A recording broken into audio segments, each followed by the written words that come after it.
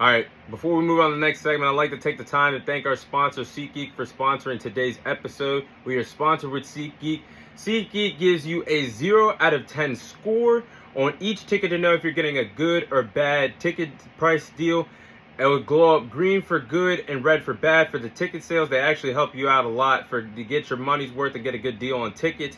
You can actually use our promo code to get $20 off your first purchase with SeatGeek by using our promo code on the hop, all capitals, no lower space, on the hop. You get $20 off your first purchase with SeatGeek. You can use that to go to an NFL game this NFL season. You can do that to go to an NBA game. The NBA season is right around the corner. If you're in the area for the final 4 teams in the MLB playoffs, you can use our promo code to go to an MLB playoff game. You can also use that to go to any local concerts or events. Use our promo code on the hop, all capitals, no lower space, to get your $20 off with SeatGeek with your first purchase. But moving on to the next segment, I'll be sharing my list of the most dominant UFC champions in UFC history. So these following 4 fighters are on my list, and I do believe that they're the most dominant UFC champions in UFC history. So starting off with fighter number 1, Anderson Silva is on my list as one of the most dominant champions in UFC history. Anderson Silva is the greatest middleweight champion of all time. Had a Hall of Fame career at the middleweight division, kicking asses and taking names. Had a total of 10 successful title defenses at the middleweight division during his historic reign. Next fighter on my list is Mighty Mouse Demetrius Johnson. Demetrius Johnson is the greatest flyweight champion in UFC history. Cleaned out the division for a total of 5 years and put together a Hall of Fame career at the flyweight division. When his time comes, he will really deserve it to be inducted in the UFC Hall of Fame. Next fighter on my list is George St. Pierre. George St. Pierre dominated the welterweight division. He finds himself as a 2-time welterweight champion, the greatest welterweight champion of all time.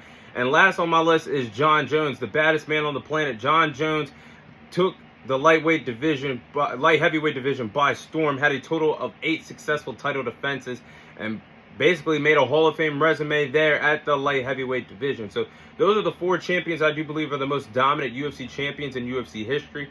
Now let's go into a deeper dive and the reasons why they are on my list. Now Anderson Silva, hands down, is one of the most dominant champions in UFC history. He had that dominant middleweight title reign was tremendous. I mean, that middleweight title reign is actually the longest UFC championship title reign in the company's history. He held the title for a total of 2,457 days with 10 successful title defenses. His title reign began in 2006 when he defeated Rich Franklin to become the king of this middleweight division. He actually went on a 16-fight winning streak. That winning streak mark still stands the test of time. It is the longest winning streak in UFC history.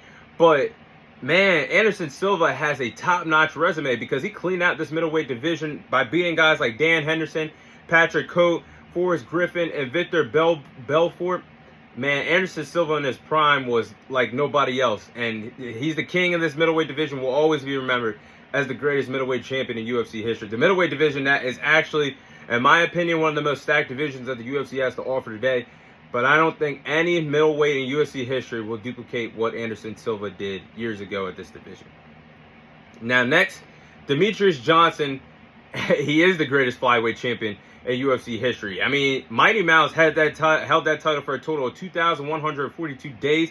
Had a total of 11 successful title defenses in 5 years. That's actually remarkable and insane. But the title reign began in 2012 for Demetrius Johnson when he defeated Joseph Benavidez.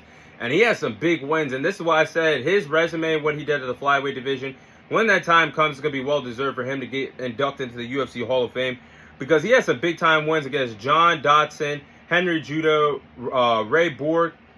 I know him and Dana White had their differences in the past, and it's a shame that he didn't finish his MMA career in the UFC. But Dana White is open to the fact that he should be inducted to the UFC Hall of Fame. Hopefully the two sides can come to an agreement because he definitely deserves a place in forever in history in the UFC Hall of Fame. Now, next fighter on my list is George St. Pierre. George St. Pierre held that welterweight title for a total of 6 years. He's also a two-time welterweight champion. Set the record for the most successful welterweight title defenses of all time with 9 straight victories. Man, George St. Pierre, he had a remarkable career.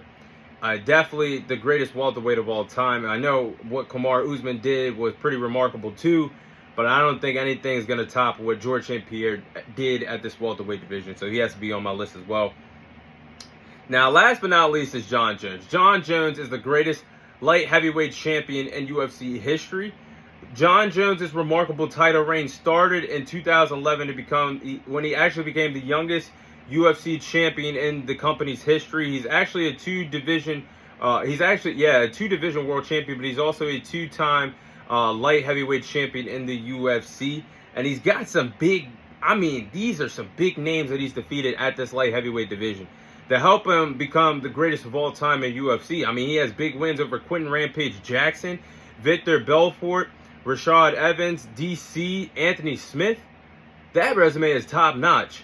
But what these four champions did in their UFC careers, and Jon Jones is still active, the only one that's actually still active in the MMA. But what they did in their time and in their primes was remarkable. How they dominated these respective divisions was remarkable. And they find themselves on my list as the most dominant champions in UFC history.